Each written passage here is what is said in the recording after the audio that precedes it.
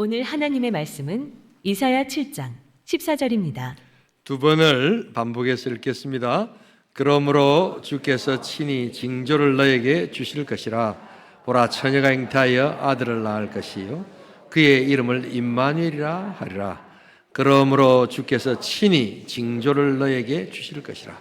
보라, 처녀가 잉태하여 아들을 낳을 것이요 그의 이름을 임마누엘이라 하리라. 아멘. 모두 자리에 앉아주세요.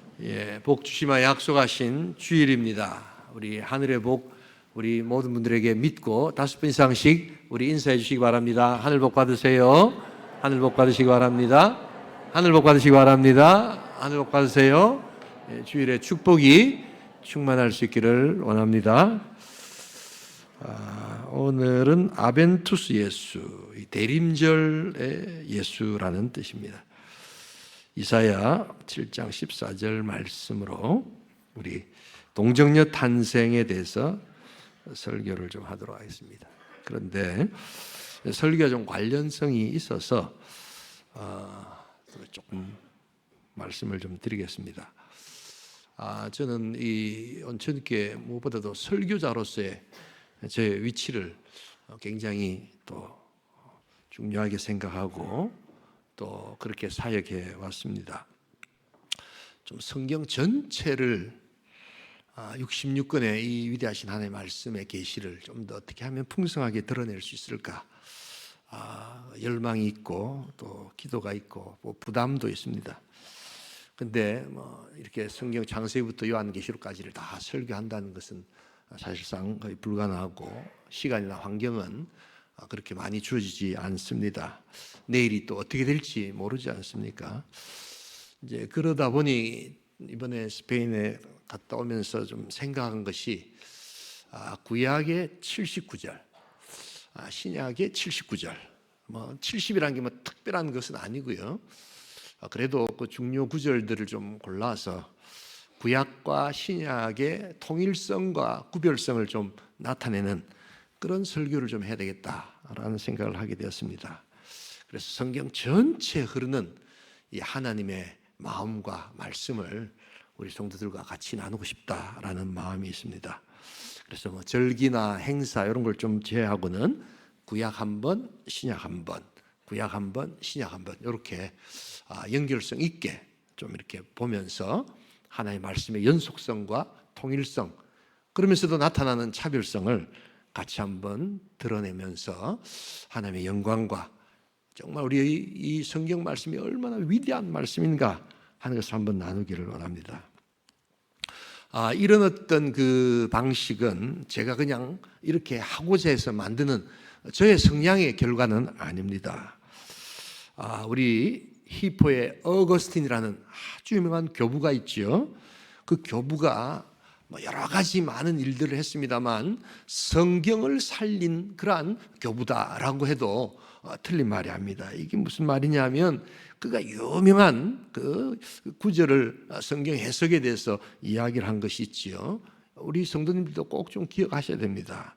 신약은 구약 속에 감추어져 있고 또한 구약은 신약을 통해서 베일을 벗어난다.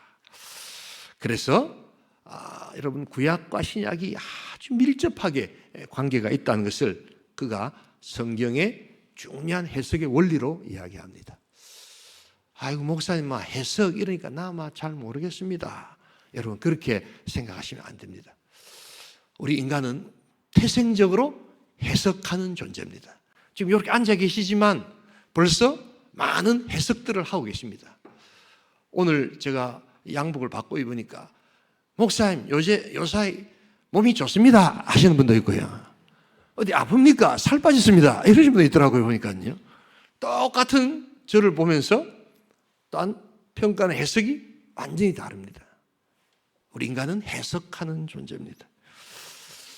성경도 그래서 우리는 좀 마음대로 해석하는 경향이 있습니다. 이 어거스틴이 이런 말을 하게 된 것은 그 이유가 좀 있습니다.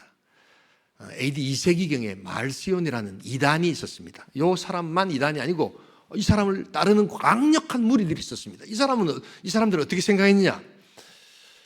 구약을 읽어보니까 구약은 막 길고 막 무엇보다도 전쟁하고 막 싸우고 막 그런 이야기밖에 없더라. 그러고 이렇게 하나님이 좀 사랑이라고 하는 것은 잘 안 보이고 막 매일 싸우고 막 그냥 배신하고 막 이런 것밖에 없고, 신약이 오니까 사랑의 하나님, 구원의 하나님, 정말 귀한 우리 하나님의 사랑이 느껴지니까 그러지 말고 구약은 쓰레기다, 구약은 율법이고 그래서 이건 버리고 우리 신약만의 하나님, 신약이 나타나는 사랑의 하나님, 구원의 하나님, 얼마나 우리를 사랑하시는가, 요거만 딱 믿자. 요랬던 사람들이 바로 영지주의자 말시온가. 여러분, 이 사람 아니라 많은 사람들이 그거 좋은 생각이다 하고 따랐습니다. 근데 이 사람들 완전히 이단들입니다. 왜냐하면 성경은 66권 전체가 위대하신 하나님의 말씀인 줄 믿습니다. 그래서 가만히 보면 굉장히 좋은 말이잖아요. 구원의 하나님, 사랑의 하나님만을 예배하지 왜 자꾸 전쟁하고 싸우고. 이스라엘 백성들이 홍해를 건너는데 이렇게 홍해를 쫙 건너게 하셔서 이스라엘 백성들도 건너고, 그냥 이집트 백성들 막 쫓아오려고 하다가 바로의 군대들은 홍해 건너가네 이러고 그냥 가만히 있으면 되지. 그거를 굳이 바다에 넣어가지고 하나님께서 확 다 수장을 시켜가지고 이집트 사람들 그래 싹 다 죽이노. 말 되죠, 그죠, 여러분? 이런 하나님 나 싫다. 이스라엘도 살리고 이집트 사람들도 좀 살려주고 그래야지. 여러분, 이게 바로 이제 성경을 해석하는 자기 마음대로의 또한 기준입니다. 그래서 이 말시온이라는 철저하게 이렇게 이단으로 이렇게 버림을 받아야 했습니다. 구약은 신약을 감추고 있고, 그래서 신약은 구약 안에 딱 감춰져 있고, 또한 구약은 신약 속에서 베일을 벗고 드러나는 것. 이런 하나님의 놀라운 말씀에 건강한 접근과 건강한 이해가 있기를 주님의 이름으로 축복합니다. 여러분, 그래서 이 성경이 다 통일성이 있고 이유가 있다. 오늘 이런 이야기를 들으면 저와 여러분들이 상당히 좀 이단성이 다 있다라는 생각을 하게 되지요. 왜냐하면 그 말시온과 그 이단들이 다 뭐 한 겁니까? 내 보고 싶은 것만 보고, 맞습니까? 내 듣고 싶은 것만 듣고, 내 좋은 것만 믿으면 되지. 자꾸만 내 보니까 막 전쟁하고 별로 마음도 안 드는데 이걸 자꾸 믿으라 하노. 여러분, 이게 바로 우리에게 다 있는 본성입니다, 여러분. 어떤 때는 하나님께서 내가 너무 하기 싫은데도 이거 좀 해라 할 때는 순종하는 게 그게 참 믿음입니다, 여러분. 아멘 안 하시네요. 신앙을 내 원하고 싶은데 어제 왔는데 오늘은 됐다 아이가 이렇게 하시면 안 됩니다. 오늘은 주의 복된 날이기 때문에, 주께서 복 주시마 약속하신 날이기 때문에 내 기분에 따라서 오고 안 오고 아니라 그 복을 받기 위해서는 반드시 하나님 앞에 나와야 될 줄 믿습니다. 이렇게 신앙생활을 하고 맞춰가야 되는데, 우리는 내 보고 싶은 것만 보고, 듣고 싶은 것만 듣고, 난 말하고 싶은 것만 말하고, 내 삶을 그렇게 신앙생활 하니까 이게 다 이단성이 좀 있는 거예요. 이단성이. 여러분, 그래서 정말 하기 싫어도 하나님이 하라 하니까 뭘 하는 겁니까? 순종하는 것. 이게 참 기쁨이요 능력이 될 줄 믿습니다. 그런데 우리는 이런 순종 자체를 싫어하죠. 내가 하기 싫은데 너무 하고 싶은 게 있어요. 그런데 교회에서 하나님이 니 좀 하지 마라 하면은 알겠습니다. 때가 안 된 모양입니다. 이러고 안 하면 되는 건데, 내가 하겠다는데 그냥 막 넣어. 교회 아니면 이거 없나 말이야. 여러분, 이런 식의 신앙생활을 할 때 그게 바로 이단들의 마음이라는 것을 잊지 말아야 합니다. 오늘 제가 이렇게 서론을 좀 길게 말씀드린 것은 구약과 신약을 하나에 묶는, 아주 이게 구약 안에 신약을 담고 있고 신약이 구약을 드러낸다는 이 건강한 어거스틴의 성경 해석의 대표적인 구절이 바로 오늘 이사야 7장 14절이기 때문에 이렇게 지금 말씀을 드리는 겁니다. 바로 이 성탄절을 기다리면서 우리 대림절의 예수, 바로 이 놀라운 하나님의 신비를 가지고 있는 구약과 신약을 아주 신비롭게 연결하는 하나님의 말씀. 그래서 2000년 전에 유대 땅 베들레헴에 예수님이 오셨지만 그보다 더 700년 전에, 그래 지금으로부터 약 2700년 전에 예언했던 그 예언이 그대로 700년이 지난 다음 이루어지고 오늘 우리에게까지 전해지는 바로 이 말씀을 통해서 우리 대림절의 예수를 배우고 대림절의 예수를 기다리며 하늘의 능력을 체험할 수 있기를 주님의 이름으로 축복합니다. 자, 그래서 오늘 첫 번째로 이 대림절의 예수는 어떤 분이신가? 대림절의 예수님은 기다림의 승리를 주시는 분이시다라는 것을 보여줍니다. 우리 다 함께 14절 같이 한번 읽어보겠습니다. 그러므로 주께서 친히 징조를 너에게 주실 것이라. 보라, 처녀가 잉태하여 아들을 낳을 것이요 그의 이름을 임마누엘이라 하리라. 이 기적은 인간의 상식을 초월하지요. 그래서 이 기적적인 방식으로 이 땅에 오셨습니다. 이것을 이사야는 징조다, 사인이다 이렇게 이야기를 합니다. 이 당시 이 말씀이 증거되던 맥락은 아하스 왕이라는 사람이 있었습니다. 자꾸만 두렵고 떨려서 그런지 이스라엘과 자신의 운명을 하나님께 안 맡기고 자꾸 인간적인 방식으로 이렇게 찾아서 힘센 나라 찾아다니고 막 이러곤 합니다. 뭐 가만히 보면 우리도 똑같지 않습니까? 예, 신앙생활 한다 하지만 당장 눈에 보이는 게 두렵고 힘들면 자꾸만 우리 인간적인 방식으로 뭘 하는 것, 이게 뭐 다 아하스 같은 사람이 저와 여러분 아닙니까? 그런데 그때 하나님께서는 이사야를 통해서 하나님이 어떤 분이신가를 보여줍니다. 인간적으로는 불가능해 보이는 그런 상황, 그런 또한 여러 가지 조건 속에서도 하나님이 어떻게 구원 계획을 이루시는가 하는 것을 우리에게 말씀하여 주신 줄 믿습니다. 그게 뭐냐면 처녀가 잉태하여 아들을 낳을 것이요. 바로 동정녀 탄생을 이야기하는 겁니다. 이게 말이 됩니까? 그런데 하나님은 그렇게 하실 수 있을 줄 믿습니다. 이게 바로 믿음이라는 것입니다. 그래서 대림절은 바로 이런 믿음을 가지고 기다리는 자에게 오시는 하늘의 역사의 시간들입니다. 물론 하나님께서 잉태를 했다고 해서 바로 아기가 툭 떨어지는 게 아니죠. 그래서 잉태로부터 뭐가 필요합니까? 이제 40주간이 필요합니다. 인간의 임신 주기는 40주간입니다. 여기에도 하나님의 뜻이 있습니다. 그러나 인간은 이런 하나님의 놀라운 뜻을 생각하지 않고 자기네들이 죽였다, 살렸다, 꺼냈다, 뺐다 하고 있는데 여러분 이것은 매우 위험한 짓이라는 것을 잊지 말아야 합니다. 그래서 잉태된 지 40주간이 지날 때까지 보이진 않지만 자라게 하시는 하나님을 기다리는 것. 그래서 성탄을 앞에 두고 항상 우리에게 하나님은 그 기다림의 의미가 무엇인가를 우리에게 말씀하여 주시는 줄 믿습니다. 그게 바로 대림절이 우리에게 있는 이유이기도 합니다. 여러분 인간은 근본적으로 이 기다릴 줄 모르는 자입니다. 물론 기다림이 어떤 기대 속에 있으면 굉장히 이렇게 적극적으로 기다리죠.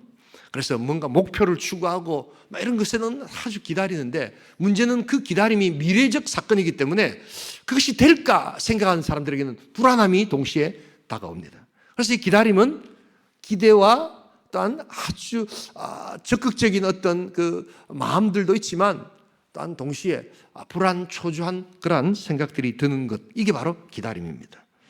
그러다 보니까 많은 사람들이 그걸 기다리지 못하고 중간에 포기해 버립니다. 많은 분들이 왜 이렇게 기다리지 못할까? 기다림을 시간 낭비라고 생각하는 사람들이 있습니다. 여러분 줄이 쭉 서 있는데 줄을 딱 이렇게 서면 여러분 시간 낭비일까요? 그래도 내가 맛집에서 한번 먹어봐야지 하면 어째 됩니까? 시간을 투자해야 되는 거 아닙니까? 그렇죠? 성탄의 기쁨을 여러분 얻으시려면 대림절의 기다림의 시간을 투자하셔야 합니다. 시간은 우리들에게 계속해서 찾아옵니다. 그래서 하나님은 말씀하십니다. 먼 미래를 기다림의 초조함으로 인하여 너의 것을 못 만들 때 하나님께서 가르쳐주신 게 있습니다. 그게 바로 믿어라 하는 것입니다. 믿음은 바라는 것들의 실상이요, 보이지 않는 것들의 증거입니다. 그래서 먼 미래가 기다릴 수 있지만 너무 초조하고 될까 말까 할 때 믿음이라는 안경을 끼면 미래의 것이 지금 오늘 지금 당장 현재로 찾아오게 될 줄 믿습니다. 이게 바로 믿음의 능력이요 특징입니다. 그래서 믿음은 기다림이요, 기다릴 때 믿음이 생긴다는 것을 잊지 말아야 합니다. 그러나 우리는 참 못 기다립니다. 내 생각대로 안 되고 내 원하는 방식대로 안 되면 우리는 기다림 자체를 포기합니다. 그러나 여러분, 기다림은 축적입니다. 눈에 보이지 않는 아기가 안 보인다고 해서 자라나지 않는 것이 아닙니다. 언젠가 때가 되면 하나님의 40주간이 지나면 아름다운 생명으로 태어나듯이 여러분들의 삶에 기다림과 믿음이 있을 때 하나님께서는 대림절의 예수로 우리와 함께 하시고 하늘의 능력을 다하여 주실 줄 믿습니다. 여러분들의 좋은 생각이 있으십니까? 좋은 아이디어가 있으십니까? 여러분, 그것을 숙성시키는 기다림이 필요합니다. 여러분들의 선한 뜻이 있으십니까? 이걸 설명했는데 내 동료가 몰라주고 가족들이 몰라주고 우리 성도들이 몰라주십니까? 여러분, 그래도 기다리고 그것을 포기하지 말아야 합니다. 그럴 때 하나님께서는 여러분들을 변화시키시고 보이지 않는 하나님의 자궁에서 여러분들의 아이디어와 여러분들의 생명과 여러분들의 사역과 능력을 변화시켜 주실 줄 믿습니다. 마침내 성탄의 아침이 오고야 말 것입니다. 어떤 사람들은 일상이 무료하다고 생각하는 사람들이 있습니다. 똑같이 일어나서 똑같은 일들 하고, 지난주에도 예배 드렸는데 또 예배 드리고 이래 빨리 오나, 천천히 하고 다음번에 가자, 특별한 게 있나? 여러분, 그렇게 생각하십니까? 여러분, 그것은 기다리지 못한 자의 아픔입니다. 기다림 속에서 반복은 축적이 됩니다. 그리고 기다림 속에서 여러분들의 일상은 새로운 변화를 위한 에너지의 능력이 됩니다. 오늘 나의 모습은 어쩌면 여러분들이 잘 기다렸던 결과일 수도 있고요, 오늘 여러분들의 모습은 지나간 시간 잘 못 기다린 결과로 여러분들이 여기에 있을 수도 있다는 것을 잊지 말아야 합니다. 요사이 초조하게 기다리는 어머니들이 계시죠. 우리 자녀들, 우리 대학 입시 아주 기다리고 계시는 분들이 많으신데 그 기다림 속에서 복된 탄생이 있기를 주님의 이름으로 축복합니다. 그래서 기다리는 시간은 단순히 멈춰 있는 시간이 아닙니다. 자신을 돌아보고 마음을 가꾸고 성품을 완성하는 시간이 기다리는 시간입니다. 인생의 8알은 여러분 기다림이라는 것을 알아야 합니다. 잘 기다렸던 사람은 복을 받습니다. 근데 기다리니까 지겹다, 못 살겠다, 이런 사람들은 여러분 좋은 결과를 결코 얻을 수 없습니다. 끝까지 기다리십시오. 언젠가 하나님의 40주간이 지나고 나면 아름다운 생명이 여러분들의 삶과 여러분들의 아이디어와 여러분들의 가정과 여러분들의 교회 가운데 우리 하나님의 능력으로 나타나게 되실 줄 믿습니다. 대림절의 예수님은 그래서 기다림의 승리라는 것을 기억하시면서 뭘 잘 안 되고 뭐가 좀 이렇게 되겠나, 이게 그만둘까? 여러분, 그만두지 마세요. 더 하셔야 됩니다. 복된 기다림의 날이 될 수 있기를 주님의 이름으로 축복합니다. 두 번째로 오늘 대림절의 예수는 기다림의 승리면서 관계의 승리라는 것을 또한 보여주고 있습니다. 우리 다 함께 14절 같이 한번 읽어보겠습니다. 그러므로 주께서 친히 징조를 너에게 주실 것이라. 보라, 처녀가 잉태하여 아들을 낳을 것이요 그의 이름을 임마누엘이라. 이 메시아가 나중에 올 때 우리 하나님께서는 이름을 콱 찍어서 말씀해 주십니다. 그 이름이 임마누엘입니다. 하나님이 우리와 함께 계신다. 여러분, 이 구약의 예언이 바로 신약에 성취된 아주 대표적인 메시지입니다. 그래서 성경은요, 여러분, 함부로 내가 보고 싶다고 해서 신약만 딱 보고, 함부로 내가 보고 싶다고 해가지고 나는 로마서나 요한복음만 딱 보고 다른 거 안 보고 이렇게 하시면 안 됩니다.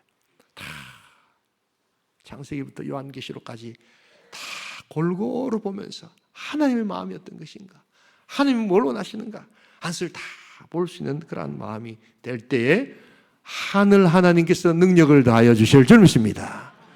그래서 여러분들 인생도요, 내가 좀 더 변화되기를 원하고 발전하기를 원한다 할 때는요, 하기 싫은 것부터 해보세요. 아멘 안 하십니까? 예. 왜 내 신앙이 안 바뀌고 내 삶이 이거밖에 되지 않는가? 여러분 하고 싶은 것만 하셔서 그래요. 예. 신앙생활 내가 좀 하기 싫어도 묵묵히 하나님 하라고 하니까 순종하겠습니다. 뭐 얼굴이 막 밝고 반갑진 않아요. 그런데 하다 보니까 내가 몰랐던 기쁨이 있구나. 신앙생활 그렇게 하시는 거예요. 아이고 정말 힘든데 저런 데 들어가지만 내가 막 집에서도 밥 안 하는데 내가 막 밥수위가 막 이러면서 안 하려고 합니다, 여러분. 근데 그게 밥 한 그릇이 아니에요. 그걸 통해서 내가 기도를 담고 기쁨을 담고, 그래서 그 밥 한 그릇을 통해서 생명을 얻는다는 그러한 마음으로 여러분 그 마음을 하나님께 올려드릴 때 우리 하나님께서 관계의 승리를 허락하여 주실 줄 믿습니다. 인생이 보면요, 다 자기 하고 싶은 말만 하고 자기 듣고 싶은 말 듣고 결코 좋은 결과가 안 나옵니다.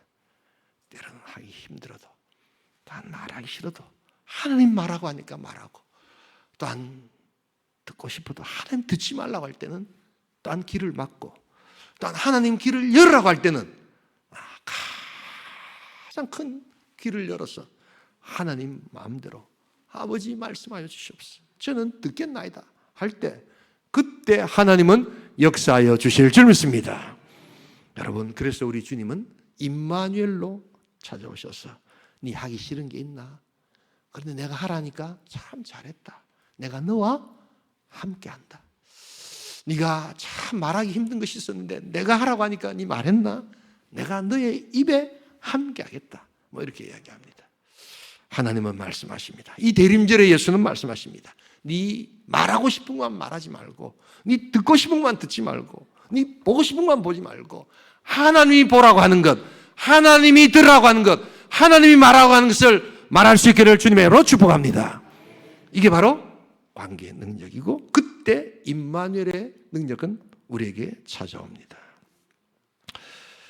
메리 슬래서라는 여자가 있습니다. 아마 많은 분들이 거의 들어본 적이 없는 이런 이름일 것입니다. 그런데 이 여자는 바로 아프리카 나이지리아의 선교의 어머니라고 할 정도로 나이지리아 사람들에게는 아주 깊은 감동을 준 그러한 선교사입니다. 20세기 초에 선교를 했습니다. 스코틀랜드 출신인데요, 아버지가 이 알코올 중독자였습니다. 그래서 가난한 노동자의 집안인데 이 아버지가 술을 막 먹고 들어와가지고 한국 사람과 똑같이 그냥 막 부인 두드려 패고 막 자식들 두드려 패고 그런 그 자식이었어요. 그 아버지였습니다. 이 어린 이 메리도 참 많이 맞고 자랐는데요. 그런데 어머니가 신앙이 있었어요. 그래서 교회 생활을 열심히 하면서 그 어머니가 그렇게 어렵고 그렇게 아버지한테 두들겨 맞고 하는데도 그 마음 가운데 항상 그 고난을 이겨낼 수 있었던 것이 이 열방 가운데 선교하시는 하나님에 대해서 이분이 항상 기도를 하고 있었습니다. 그래가지고 자기는 지금 선교를 못 나가니까 그 아이들을 불러놓고는 하나님은 다 선교하시고 전 세계 우주 만물을 창조하시고 하나님 역사하십니다 하는 것을 딸한테 계속해서 자녀들한테 이야기해 주고 있습니다. 참 재밌죠. 두들겨 맞는데도 그 마음 가운데 열방이 살아있었던 거예요. 그런데 어느 날 교회에서 아프리카에 이렇게 사역했던 데이비드 리빙스턴이라는 선교사가 죽었다는 이야기를 교회 광고 시간에 이 메리가 듣습니다. 데이비드 리빙스턴이라는 그 존경받을 만한 그 선교사님이 이제 선교를 했다면 이 사람 마음 가운데 딱 드는 거예요. 하나님 누구를 통해서 일하시지? 이런 생각이 딱 드는 거예요. 그리고는 내가 가야 되겠다라고 생각을 합니다. 그리고 그가 20세가 채 되지 않은 그런 아주 시간에 나이지리아로 갑니다.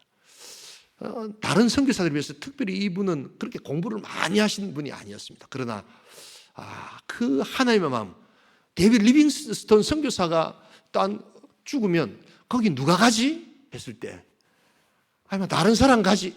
하지 않고 자기가 해야 되겠다 생각을 한 겁니다. 어머니의 기도의 축적의 결과인 줄 믿습니다. 그리고 갔어요.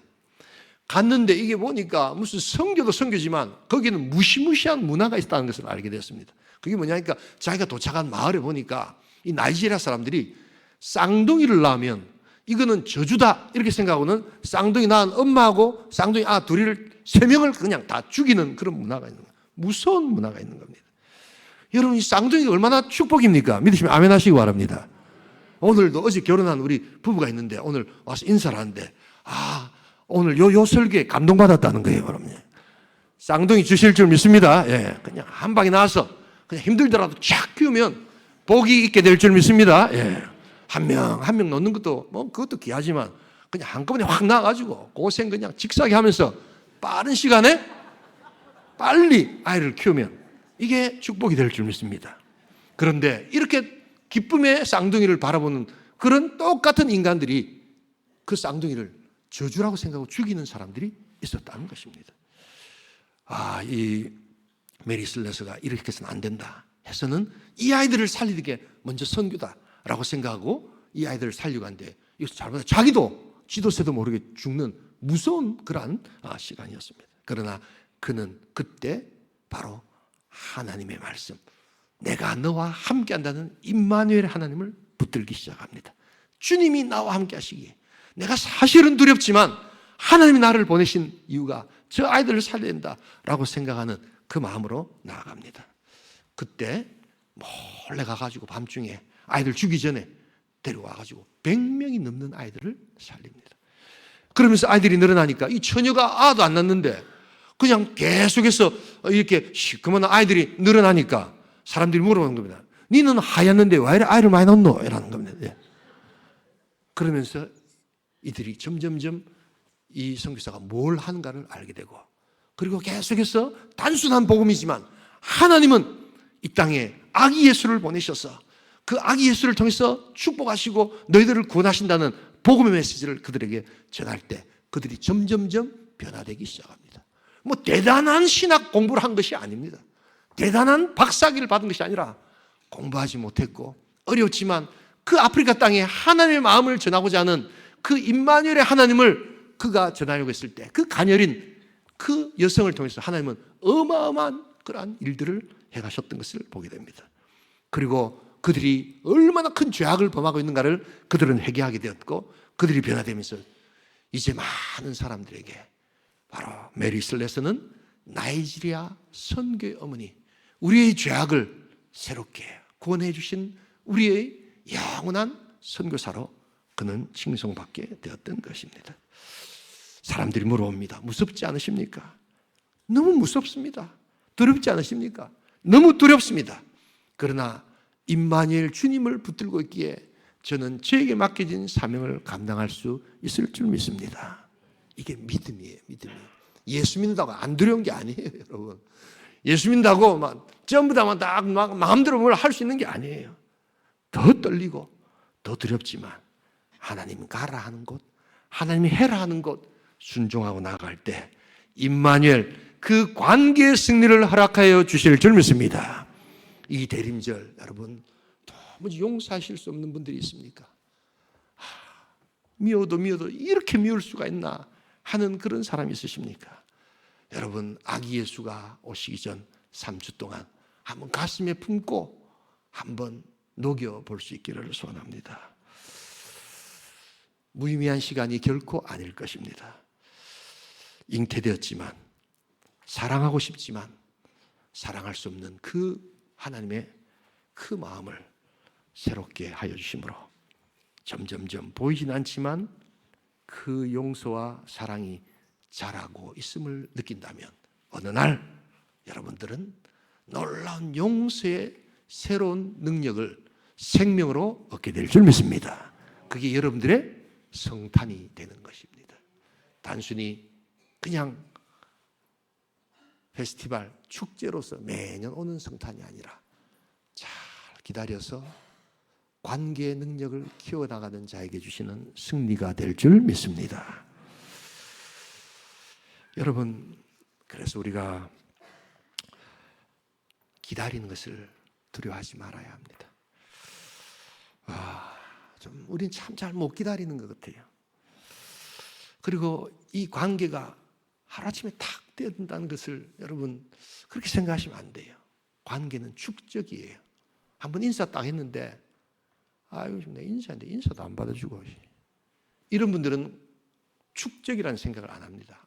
오늘 인사를 했는데 안 받아주시는구나, 내일은 더 열심히 해야지.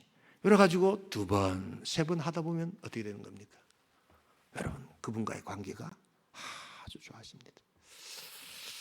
내가 좋은 생각, 내가 좋은 아이디어를 있다고 해서 이야기했는데 모든 사람이 딱 안 받아준다고 됐다, 나는 다시는 안 한다, 이러시면 안 됩니다. 그럴수록 또 이야기하고 또 섬기면서 축적하고 만들어갈 때 하나님께서 잉태의 기쁨을 주시고 여러분들의 성탄을 허락하여 주실 줄 믿습니다. 좋은 생각, 좋은 마음, 좋은 여러분들의 어떤 섬김 한두 번 하고 끝난다고, 안 받아준다고 여러분 포기하지 마세요. 그리고 하고 싶은 것만 하려고 하지 마세요. 교회에서 남들이 하기 싫어할 때 내가 가겠습니다. 교회에서 남들이 말하고 싶지 않을 때 내가 전하겠습니다. 여러분, 그런 자를 통해서 하나님은 성탄의 기쁨을 주신다는 것을 잊지 말아야 합니다. 오늘 오후에 우리 호산나 찬양대가 찬양 발표를 합니다. 이 단순한 우리 특정 찬양들을 광고하기 위함이 아닙니다. 저는 이 찬양대가 일부에 하는데요, 요사에는요, 우리 이승우 집사님 3부 찬양대지만 일부가 3부보다 더 많습니다. 맞습니까? 틀립니까? 예. 이게 우째되는 일입니까, 여러분? 예. 제가 왔을 때 일부 예배는 굉장히 메말라 있었습니다. 기도했습니다. 하나님의 예배가 좀 풍성하게 해주시옵소서. 찬양 가운데 거하시는 하나님을 보게 하여 주시옵소서. 여러분, 하나님께서 응답하여 주신 줄 믿습니다. 저는 그래서 이 호산나 찬양이 어떻게 변화됐는가를 처음부터 끝까지 다 알고 있는 사람으로서 얼마나 감사한지 모릅니다. 그래서 그들이 찬양을 이제 발표하겠다고 합니다. 여러분, 그런데 여러분, 인생도 마찬가지고요. 이 말씀 드리고 마치겠습니다만, 이게 뭔가 인생과 신앙과 뭐 찬양도 마찬가지지만 이걸 발표한다라고 생각하면 여러분, 잘해야 된다, 잘한다, 못한다로 이렇게 바라봅니다. 그렇게 하죠, 그죠? 근데 이 잘한다, 못한다가 얼마나 우리를 힘들게 하는 줄 아십니까? 여러분, 그죠? 우리는 그렇게 살아왔잖아요. 몇 등 하느냐, 잘하느냐, 못하느냐. 그래서 모든 걸 그렇게 봅니다. 근데 여러분, 이제 이 대림절 기간에 우리의 생각을 조금 바꾸고 관점을 바꾸십시다. 뭐냐 하면 내 인생과 내 삶을 고백의 관점으로 바꾸게 될 줄 믿습니다. 이게 무슨 말이냐면, 고백은 누군가한테 이야기하는 거죠. 나 당신을 사랑합니다 라고 고백하잖아요. 안 해보셨어요? 예. 고백을 받든지 고백을 하든지 제일 중요한 거는 고백을 잘하느냐가 아니라 진실된가. 고백은 진실된가, 진짜 네 마음인가, 아니면 가짜로 하는가, 그게 제일 중요하잖아요. 그래서 신앙과 또한 찬양과 우리의 삶은 여러분 잘하느냐 못하느냐의 차원이 아니라 하나님 앞에 고백의 차원이 되어야 될 줄 믿습니다. 하나님 앞에 고백하는 마음으로 내가 찬양하고, 하나님 앞에 고백하는 마음으로 내가 공부하고, 하나님 앞에 고백하는 마음으로 내가 사역할 때 하나님께서 받아 응답하여 주실 줄 믿습니다. 얼마나 자유한지 몰라요. 그래서 찬양을 발표라는 관점에서 그걸 딱 보면요, 하는 해석하는 사람도 피곤해요. 다 소프라노가 와이즈를 못하노. 저 연세 드신 분이 뭐 때문에 있노? 젊은 아들이 있어야지. 이렇게 생각합니다, 여러분. 아주 잘못된 사고지요. 그러나 찬양을 고백의 관점에서, 인생을 고백의 관점에서 보면 저 연세 드신 어르신이 한평생 믿어왔던 하나님을 저렇게 찬양으로 고백하고 계시는구나. 은혜가 될 줄 믿습니다. 내 삶에 뛰어난 것은 없지만 내가 내 고백의 삶으로 하나님 앞에 올려드리는 나의 삶이 하나님 앞에 진정성이 있을 때 하나님 기뻐 받으시고 거기에 감동이 있게 될 줄 믿습니다. 여러분, 인생을 어떻게 사십니까? 어떻게 바라보고 계십니까? 잘했냐 못했냐로 바라보고 계십니까? 거기에 희생자는 바로 여러분 자신이 될 것입니다.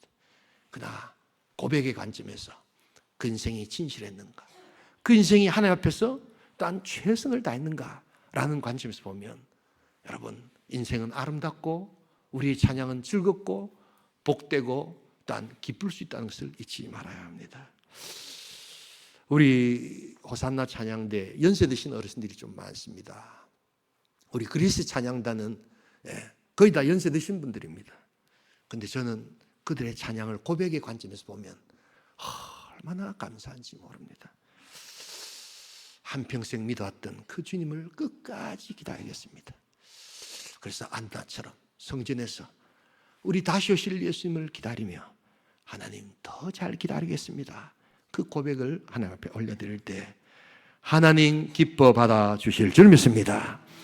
이 대림절의 예수는 고백의 예수라는 것을 기억하면서 우리 오늘 오후 시간에 다 함께 모여서 내가 믿는 예수, 또한 그들이 고백하는 예수 함께 고백하며 대림절의 예수를 기다리시는 복된 성도, 복된 교회 될 수 있기를 주님의 이름으로 축복합니다.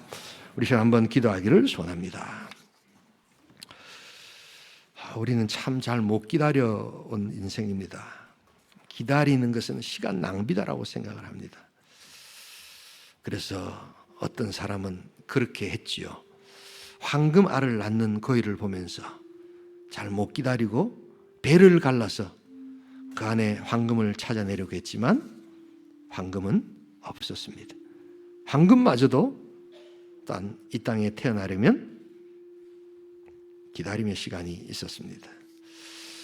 어쩌면 우리는 신앙생활을 그렇게 하고 있는지 모릅니다. 믿음의 황금알을 지금 당장 주시옵소서. 기다리지 않고 배를 가르려고 합니다. 우리 하나님은 이 대림절에 말씀하십니다. 성탄의 복된 날 얻기 위해서 네가 가지고 있는 생각, 네가 가지고 있는 아이디어, 태도, 모든 것을 하나님의 관점에서 기다림으로 바꿔보라고 이야기합니다. 어느덧 내 하고 싶은 것만 하고 듣고 싶은 것만 듣고 말하고 싶은 것만 말하고 앉고 싶은 데만 앉아버린 인생을 향하여 하나님은 다시금 일어나라고 말씀하십니다. 그리고 기다림의 시간을 하나님의 관점에서 보라고 이야기합니다. 하기 싫은 것 내가 해보겠습니다. 하고 싶지만 하나님 하지 마라고 하는 것 한번 참아보겠습니다. 그리고 기다리겠습니다. 하나님은 놀랍게 여러분들의 성탄을 아기 예수로 찾아오게 해 주실 것입니다.